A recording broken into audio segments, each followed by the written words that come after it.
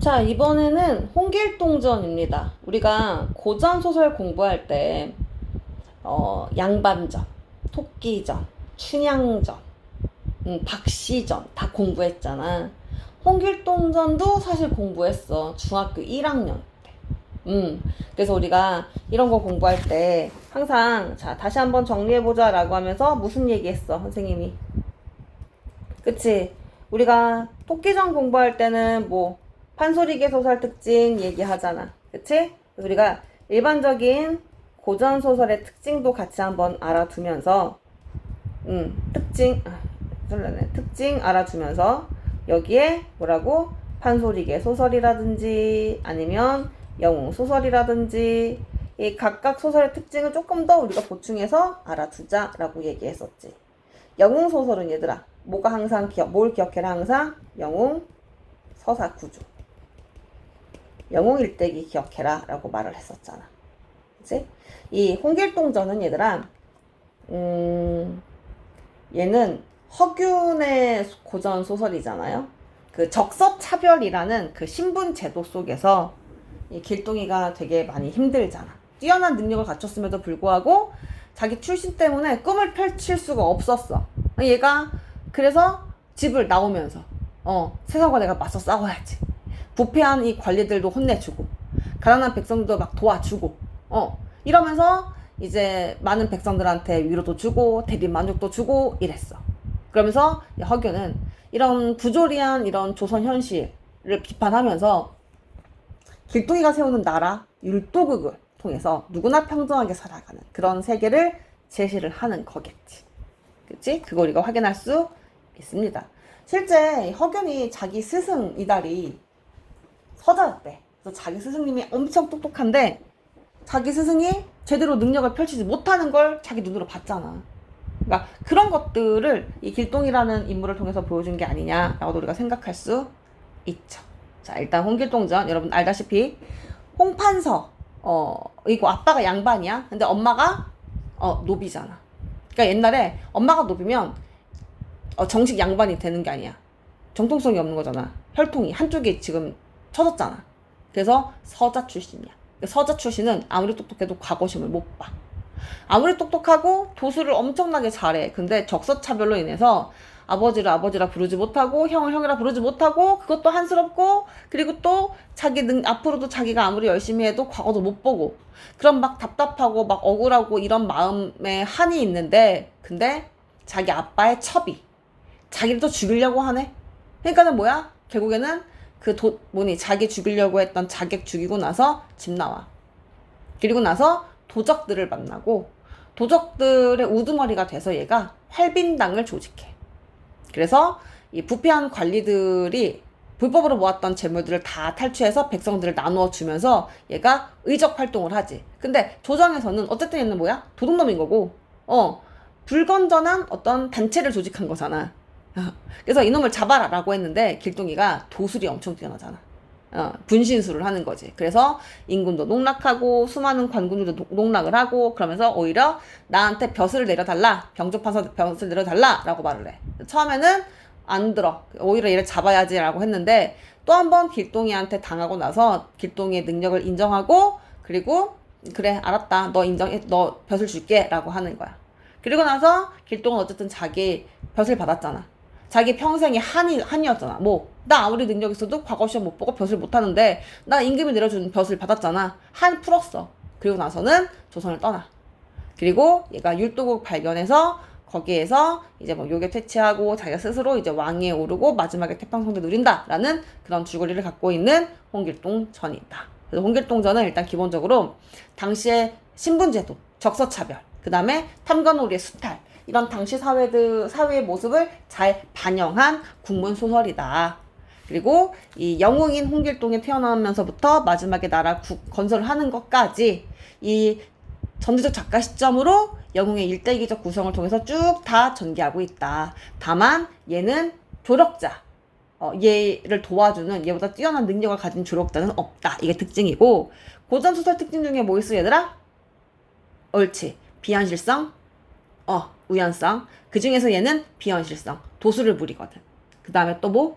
전체적 작가 시점, 편집자적 논평이 드러난다는 거. 그치? 그런 것들 기억하면서 우리가 다시 한번 고전소설 특징, 영웅서사 구조 체크해주면 될 겁니다.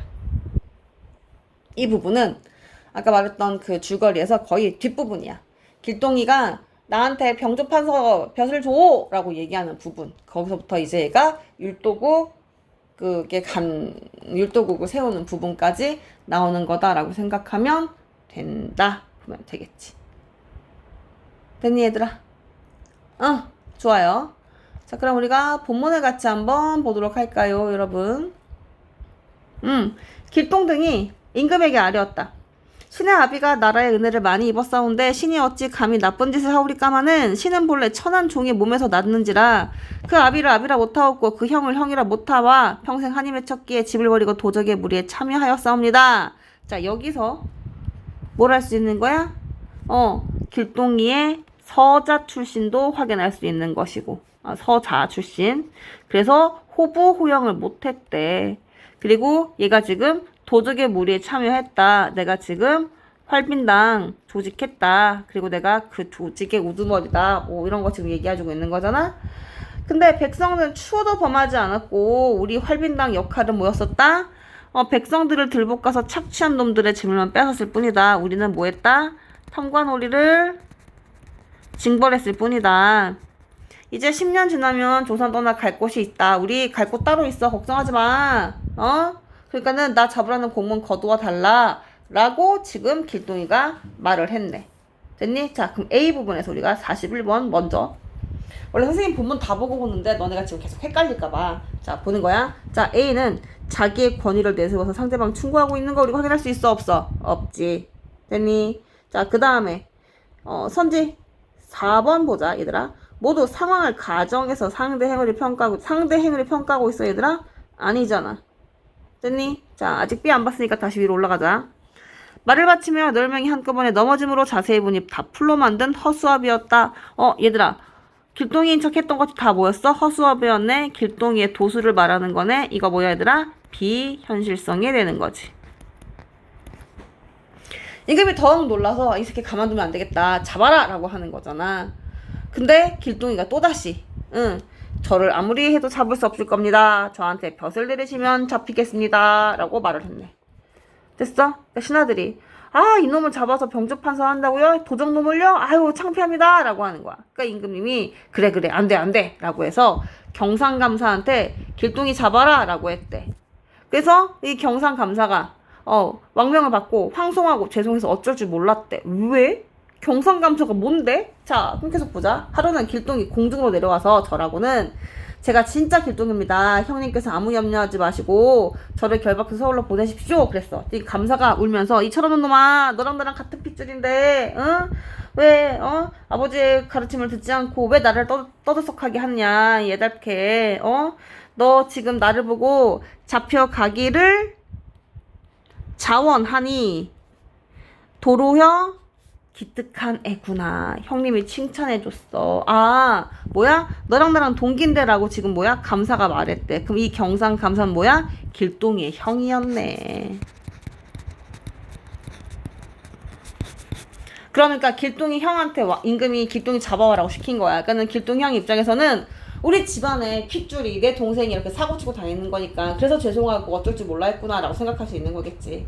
됐어? 그리고 형은 지금 너랑 나랑 동기라고 말을 하네. 너 같은 첩놈의 자식이라고 얘기를 하지 않고 형 좀 따뜻한 사람이네. 자, 계속 볼게. 자, 이게 진짜 길동이가 아닌가 봤더니 길동이 왼쪽 다리에 혈점이 있었대. 이게 증표네. 됐어? 그래서 길동이 묻고 갔어.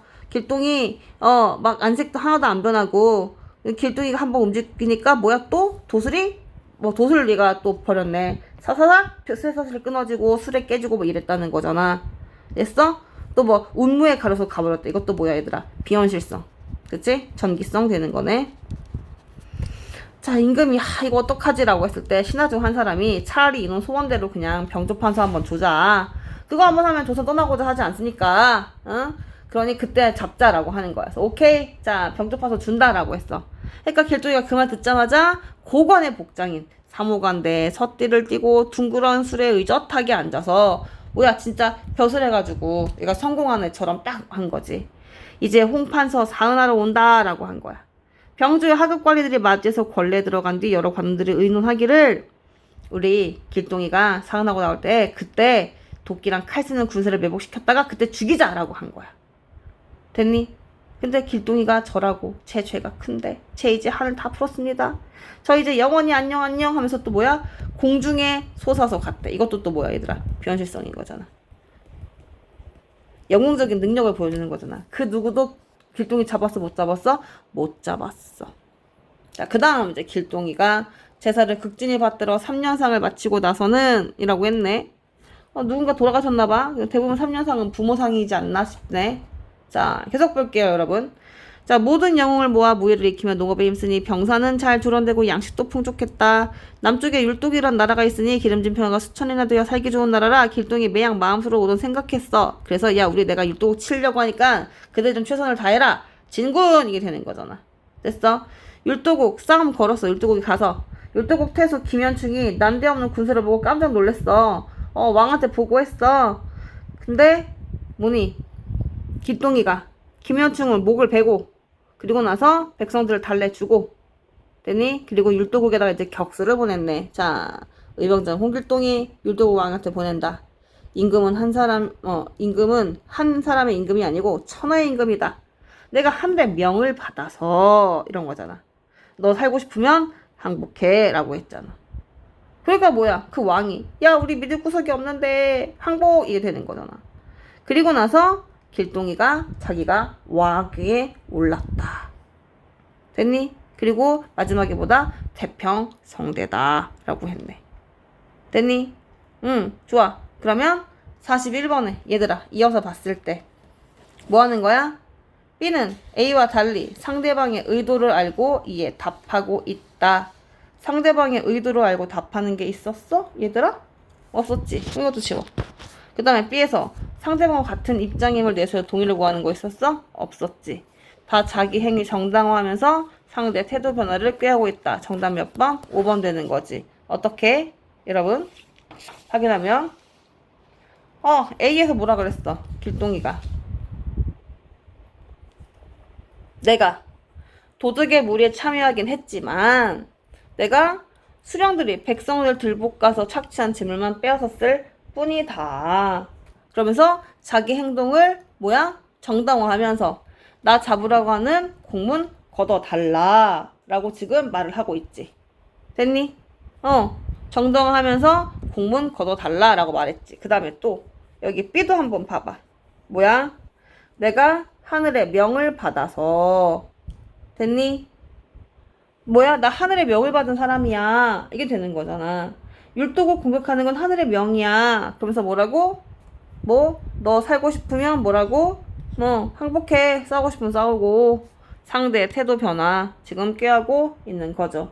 살기를 도모하고 싶으면 항복해라. 정답 몇 번? 5번. 자, 그 다음 홍길동전이 인기를 얻은 이유는 독자들의 흥미를 불러일으키는 길동의 활약이 돋보였기 때문이다. 길동은 백성의 편에 서서 살기 좋은 세상을 구현하려고 했고 초월적 능력을 발휘해서 위기를 극복하고 새나라 건설에 자기 신분적 한계를 극복해 이게 바로 독자들의 기대를 충족시키고 공감을 이끌어냈대. 근데 적절하지 않은 걸 고르라고 하잖아. 됐니? 그럼 이거 정답은 몇 번이 되겠어 얘들아? 자, 하나씩 봐봐. 새나라 건설하려고 하는 거, 율도국 공격하는 거, 그치? 초월적인 능력이 돛을 부려서 잡히지 않아. 신분적 한계 극복한 게 결국엔 왕이 되었어. 그 다음에 또 백성의 편에 서서 펼치는 활약은 수령이 백성들한테 착취한 재물을 길동이 빼앗았어. 이것도 우리가 확인할 수 있겠지.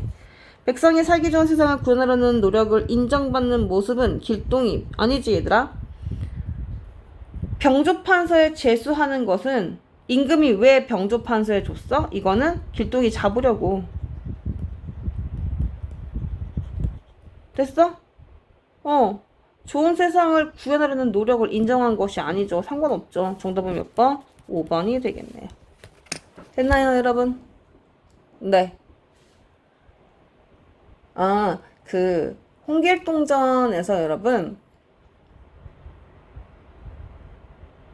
그러니까 여기에서 말할 수 있는 건 여러분, 적섭차별도 우리가 확인할 수 있고, 그 부패한 지배층, 민중의 고통, 그리고 그 민중의 고통을 외면하지 않는 애민정신 확인할 수 있고, 그 다음에 얘가 병조판서 되는 것들은 어쨌든 신분 제도에서 벗어나서 자기 한을 풀려고 했잖아. 자기 어떤 욕망을 성취했고 동시에 지배층의 무능을 조롱하는 거야. 그리고 마지막에 율도국을 이제 건설하면서 거기 태평성대 이루었다라고 하잖아. 그럼 이거는 뭐겠어? 이제 조선을 넘어서서 이상 국가를 건설하고자 하는 어떤 세계관의 확장이라고 볼 수 있는 거겠지. 그래서 이 홍길동전 같은 경우에는 여러분 우리가 여러 가지 이제 볼 것들이 많기는 하죠. 일단 적서차별이라는 이 신분 제도에 부딪힌 서자의 좌절. 근데 얘가 결단을 내리는 거지. 나 더 이상 여기 있으면 나 뭔가 내가 할 수 있는 게 아무것도 없으니까 뭐야? 집을 일단 나가잖아. 자기 스스로 삶을 개척하는 되게 주체적인 애잖아. 그치? 그리고 또 이 부패한 권력과 맞서 싸운다는 모습도 우리가 확인할 수 있는 것이고, 마지막에 자기 스스로 이제 만민평등을 실현하기 위해서 나라를 세운다는 거 굉장히 중요합니다. 됐나요? 네. 그 정도 봐주면 될 거고, 이거 말고도 우리가 홍길동전이 모의고사, 고등학교 1학년 모의고사 굉장히 많이 나왔습니다. 그래서 다음에 이 홍길동전이 나왔던 모의고사 한번 묶어서 한번 보도록 할게요. 1학년도 있고, 여러분, 2, 3학년도 있어요. 그리고 똑같이 길동이랑 똑같이 영웅인데, 걔는 나라를 세운 건 아니고, 마지막에 이제 도술로 뿅 하고 그림 속에 사라진 애가 하나 있지. 길동이랑 자주 비교되는 애가 누구야? 그렇지. 전우치. 예, 전우치전도 실제 수능 기출이기도 합니다. 평가원 기출. 그래서 우리가 전우치전, 그 다음에 홍길동전 같이 공부하고, 그 다음에 영웅소설 중에서 우리가 최근에 가장 많이 배웠던 여성 영웅 중에서 그치, 박시전. 그리고 박시전은 실제 역사적 사건을 배경으로 하고 있다는 점에서도 우리가 길동이랑도 비교할 수 있죠. 전우치도 여러분 실존 인물입니다. 실존 인물을 모티프로 해서 조금 변화된 거죠. 박시전은 일단 실존 인물은 아니지만 그 사이 등장하는 인물 중에서 실존 인물이 있잖아. 그리고 우리 역사적 사건도 있었지, 여러분. 그래서 아주 치욕스러운 그런 사건을 배경으로 하면서 박시전의 어떤 작품의 의미, 의의, 가치 이런 것들도 우리 같이 다시 한번 공부를 하는 게 필요할 겁니다. 됐나요? 네. 영웅소설 우리가 또 저번에 공부한 게 뭐가 있냐면 여러분, 유충열전, 그 다음에 양반 소설이면서 액자식 소설이면서 구운몽도 공부했습니다. 구운몽, 어려웠겠죠. 네, 맞아요. 그래서 우리가 공부한 거 생각보다 되게 많잖아, 생각해보면. 근데 그게 애매하게 머릿속에 남으면 안 된다고. 그래서 항상 뭐 하라고? 제발 좀 복습 좀 하라고. 네, 좋습니다. 그러면 일단 여기까지 문학하는 걸로 하고요. 우리가 현대소설은 여러분, 이청준의 눈길이잖아요. 이청준 눈길 같은 경우는 자전적 소설이라고도 얘기합니다. 우리가 이청준 눈길 같은 경우는 한번 우리가 이것도 모의고사 풀면서 한번 보기는 했어. 우리가 이청준 작가 작품은 우리가 병신과 머저리, 소문의 벽, 아니면 매자비, 줄 이런 걸로 우리가 공부를 했어. 기억하려나? 기억이 안 날 수도 있죠. 네, 그럴 수 있습니다. 다시 한번 한번 얘기해야 되겠네. 자, 이 눈길이라는 소설은요, 1인칭 주인공 시점입니다. 자기가 오랜만에 그 고향집에 가. 근데 고향집이 되게 낡고 방이 하나밖에 없어. 근데 그런 집에 늙은 엄마랑 그 다음에 나랑 내 와이프 셋이 같이 잠을 자는 거지. 처음 시작이 그거야. 이제 집에 올라가겠어요? 이러는 거야. 그걸로 시작해. 엄마한테 집에 가겠다는 건데 엄마라고도 안 해. 노인이라고 그런다. 자꾸 이 거리감 두는 거야. 왜냐하면 노인이 자꾸 나라에서 무슨 지분 개량 사업 하는데 나라에서 돈도 보태주고 하니 나도 지분 개량하고 싶다 라고 소망을 말을 해. 그게 이제 지금 방이 한 칸이잖아. 근데 지분 개량 사업 하면서 집도 약간 넓힐 수 있는 거야. 방이 2개, 3개 이렇게 만들 수 있어. 이게 노인이 자기가 넓은 집에 살고 싶어서가 아니라 이런 식으로 지금 오랜만에 내 자식이나 내 손주가 왔는데 같이 자거나 같이 재워줄 쉴 방 한 칸이 없는 거야. 그게 너무나 안쓰럽고 미안하니까 그들을 위해서 방을 더 이제 마련하고 싶은 거지. 근데 내가 자꾸 계속 엄마라고 안 하고 노인이라고 한다고 그랬었잖아. 그 이유가 있어. 어린 시절에 집이 망했네? 응. 그래서 내가 혼자서 집을 떠나서 혼자 유학 간 거야. 그냥 이렇게 시골에 있었다면 도시로 유학 가서 혼자서 공부한 거야. 그리고 나중에서야 집이 망한 거 알고 잠깐 집에 와. 근데 이미 우리 집은 팔린 상황인데 엄마가 내가 공부하는 데가 걱정할까봐 그런 말을 안 해. 팔린 남의 집에서 열심히 쓸고 닦고 하면서 나 오기만을 기다렸던 거야. 근데 내가 그걸 모르나? 알지? 집 망했고 더 이상 그 집이 우리 집이 아니라는 거. 근데 그날 그 옛날 우리 집이었던 그 집에서 하룻밤 자고 그날 일찍 그 다음날 일찍 나와.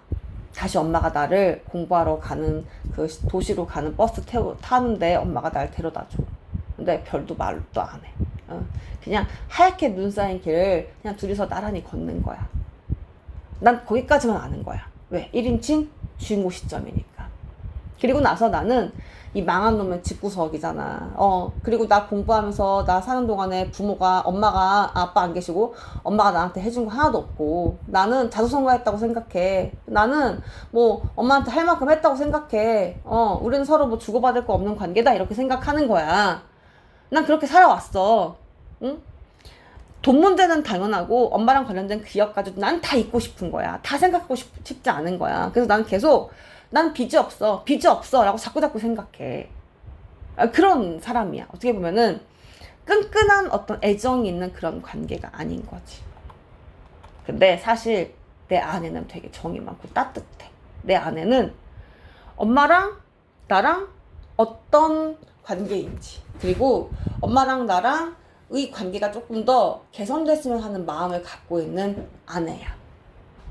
그래서 시어머니랑 남편의 이 거리감을 사이에 어떤 그 거리가 있다는 걸 눈치채고 두 사람이 화해를 유도해. 그래서 일부러 나는 자는 척을 하거든. 근데 아내가 자꾸 어머님 이건 뭐예요? 자꾸 물어봐서 어머니가 자꾸 말을 하도록 만들어. 그래서 어느 순간 어머니가 아들한테 아무것도 해주지 못했다는 자책감이 있었다는 거. 그리고 나는 계속 노인한테 빚이 없다고 생각했지만 아니, 빚이 있었던 거야. 뭐 자식에 대한 깊은 사랑, 그거를 내가 뒤늦게 알게 돼. 그 아까 말했잖아, 눈길을 같이 걸어왔었고 나는 버스 타고 갔어. 그럼 다시 엄마는 돌아가는 거잖아. 그 돌아가는 그 길 내내 엄마가 아들이 밟았던 그 발자국을 계속 밟으면서 아들아 응, 너만큼은 꼭 잘 되라 그렇게 빌었대. 그리고 나서 이제 마을 어귀에 들어선 거지. 마을에 들어가야 돼. 딱 들어가려고 했는데 못 들어가겠더래. 눈물이 막 나서. 남들은 다 평화롭게 새벽같이 일어나서 따뜻한 밥 해 먹으려고 막 굴뚝에서 연기나고 그러는 거야. 남들은 막 뭔가 화목하고 뭔가 가난하지만 뭔가 서로 알콩달콩 살아가는 그런 가족들의 모습이 있잖아. 근데 뭐야, 이 엄마는 집 망해서 아들 하나 제대로 챙기지 못하는 그런 자기의 상황이 너무나 슬프고 아들한테 너무너무 미안한 거야. 그래서 눈물이 너무너무 많이 나서 차마 그 마을에 들어갈 수가 없었대. 그 얘기를 아내가 자꾸 어머님 해서 자꾸 들춰내는 거야. 얘기하도록. 그래서 엄마가 그거 얘기를 다 하게 됐고, 같은 방에 있었다며. 나는 자는 척하고 있었거든. 못 들은 척하고 있었거든. 근데 그 얘기를 다 듣게 되는 거야. 눈물이 막 날 수밖에 없는 거겠지. 그런 식으로. 그래서 여기 이 눈길이라는 소설은 나랑 엄마한테 있는 의미가 달라. 엄마한테 눈길은 혼자서 돌아왔을 때 밟았던 눈길이잖아. 자식을 뒷바라지 못한 자책감. 그리고 내 자식이 잘 됐으면 하는 마음에 기도했다며 자식에 대한 사랑이 있는 공간이야. 근데 나한테 눈길은 그 눈길 밟고 집 망한 거, 망한 집구석 놔두고 나 혼자 이제 눈길 밟으면서 다시 공부하러 간 거잖아. 나한테는 다시는 기억하고 싶지 않은 정말 쓰라린 추억. 자수성가해야 되는 나의 운명, 이런 걸 말을 하는 거야. 그래서 나는 그때 얘기하고 싶지 않고 생각하고 싶지 않고 받은 게 없으니까 나는 해줄 필요도 없어 라고 생각을 하고 있었는데, 근데 뒤늦게 엄마의 사랑을 깨닫게 되면서 반성과 미안함과 고마움과 그런 눈물을 흘리게 되는 거다라고 생각을 하면 됩니다. 이 소설이 재밌는 건 자꾸 이제 며느리가 말을 겁내. 그러면서 하나씩 하나씩 사건이 밝혀지는 거야. 응, 역순환적 구성인 거야. 그리고 대화를 통해서 숨겨진 진실이 하나씩 하나씩 드러나는 거야. 그러니까 더 재밌어.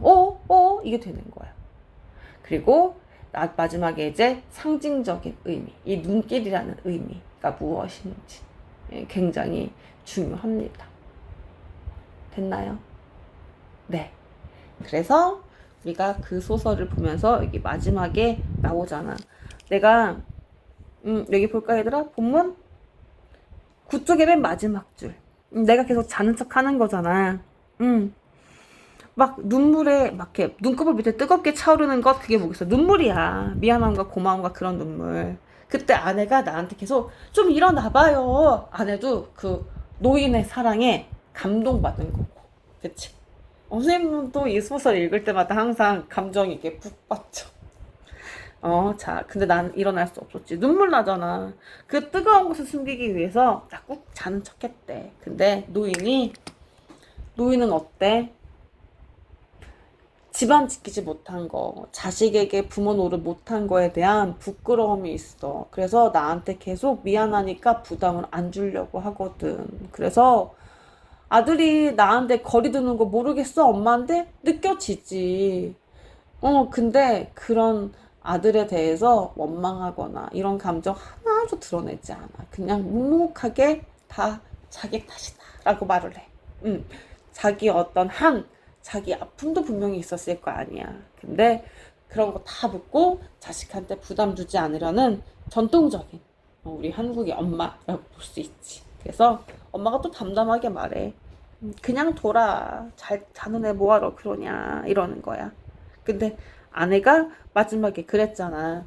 어머님이 아들 보내고 혼자 마을에 못 들어가셨던 거 아마 갈 데가 없어서 그런 거 아니냐 그랬을 때 마지막에 그러잖아. 내가 갈 데가 없어서 그런 거 아니다. 응? 이라고 말하지? 그 부분이야. 이 뒷부분. 자, A 윗줄 한번 봐봐. 동네에서 다들 아침 짓는 연기가 한참이야. 근데 햇살에 눈이 부시기도 하지만 그게 너무 부끄러웠대. 왜? 내 자식 내가 다 책임지지 못했다는 거. 부모 노릇하지 못했다는 거. 집안 지키지 못했다는 거. 그게 너무너무 부끄러워서 동네 골목을 들어갈 수가 없었다. 그래서 내 눈물 좀 가라앉히려고 그랬지. 마지막 영혼 주는 결말이야. 선생님 여기서 옛날에도 울었는데 지금도 막 울컥울컥합니다. 근데 여러분이 지금 여러분 되게 부모님의 사랑 되게 당연하게 생각하고 받고 있는 거 되게 당연하게 생각하고 그러잖아. 근데 한 번쯤은 부모님의 사랑, 어머니의 사랑, 아버지의 사랑 이런 것들을 좀 여러분이 깨달았으면 좋겠다. 그리고 여러분의 그 질풍노도의 시기라서 부모님과 뭔가 갈등이 있다. 자꾸 그럴 경우에 부모님의 사랑을 여러분이 좀 알아봤으면 좋겠다는 마음에서 이청준의 눈길 작품을 선정을 해서 넣었으니까 좀 읽어보시고 여러분 문제도 잘 한번 풀어봤으면 좋겠습니다. 네. 맞아. 이렇게 해보십시다, 여러분. 네, 다음에 조금 쉬었다가 이어서 비문학 수업 하도록 할게요. 숙제 다 제출하고. 그리고 여러분, 다음 주 과제는 여러분, 개인 과제. 각자 지금 풀고 있는 문제집 있지? 그거 1주차만 하는 거 아니야? 왜냐하면 우리가 8월 2일, 8월 1일에 못 오잖아. 그러면 다음 주 8월 1일 수업한다고 했을 때, 그때 해야 하는 과제가 있을 거고, 그 다음 주에 또 우리가 계약하면 그 계약하는 동안에 또 그 다음 수업하는 그 기간이 또 있잖아. 그럼 여러분이 총 14일 정도 쉬는 거잖아. 14일, 13일. 그럼 과제도 어떻게 해야 돼? 2주차분 해야 되는 거지. 그러니까 대충 몰랐어요. 이런 말 하지 마. 개인 과제 각자 풀어오시고. 그 다음에 여러분, 오늘 나가는 모의고사 있을 겁니다. 모의고사 숙제 풀어오는 거. 네, 그룹 과제 그거고요. 그 다음에 한자성어. 여러분, 한자성어는 랜덤으로 시험 볼게요. 일단 프린트 자료 없고요. 여러분이 얼마나 한자성어를 많이 알고 있는지를 먼저 확인을 해볼게요. 그래서 한자성어를 일단 주제별로 묶긴 했는데 주제별로 외우는 게 좀 편하긴 하죠. 우리가 기억하기가 좋죠. 근데 수능이나 아니면은 3년 동안 교과서나 혹은 고등학교 1, 2학년 교과서나 혹은 뭐 내신이나 이런 데서 나왔던 한자성어만 먼저 중요도를 따져서 먼저 외우게 할지 그걸 좀 고민을 하고 있는데 여러분 일단 어느 정도 알고 있는지 그걸 좀 확인을 하려고 합니다. 그 한자성어 제발 이상하게 쓰지 말고 그 조삼모사랑 자강두천 여러분 아니 조삼모사가 얕은 꾀로 남을 속인다 이런 거잖아. 근데 누가 저번에 나한테 시험 공부할 때 뭐 선생님 저 과학 공부를 안 해가지고요 저 그냥 조삼모사 했어요 막 이러는 거야. 내가 조삼모사가 얕은 꾀로 남을 속이는 건데 조삼모사 했다는 게 대체 뭐냐라고 생각을 했지. 그랬더니 아니요 그 뭐야 조금 모르면 3번 아주 모르면 4번 했어요 라고 해서 진짜 너무하네. 이런 거 있잖아. 그거죠. 그리고 여러분 그 다음에 자강두천.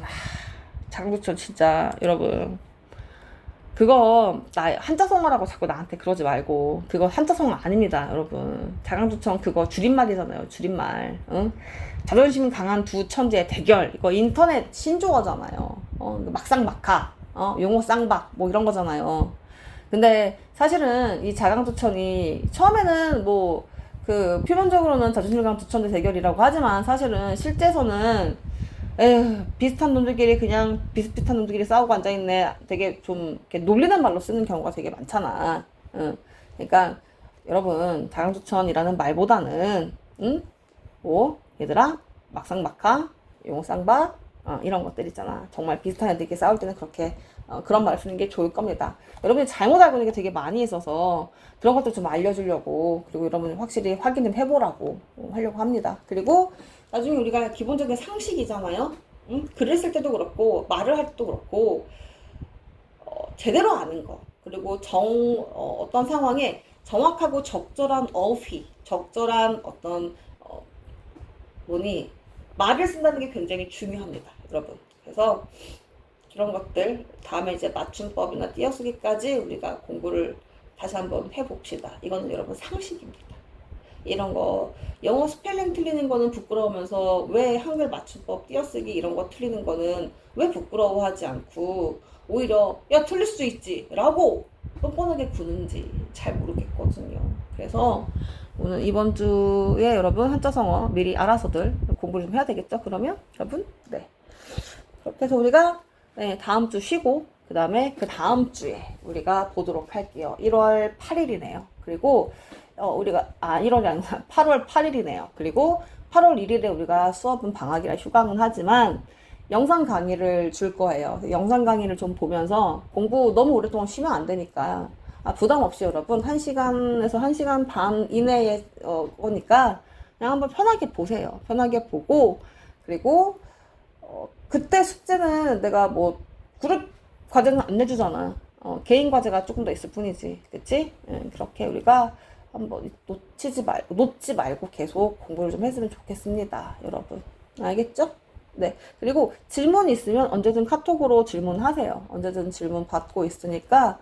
그리고 질문해서 이 부분 조금 설명이 자세히 필요하다라고 하면 줌으로 여러분, 네. 친절하게 잘 대답해 드리겠습니다. 좋아요. 다른 분 질문 있나요? 질문 없어요. 네, 좋아요. 그러면 여기까지 하고 좀 쉬었다가 이어서 비문학 합시다.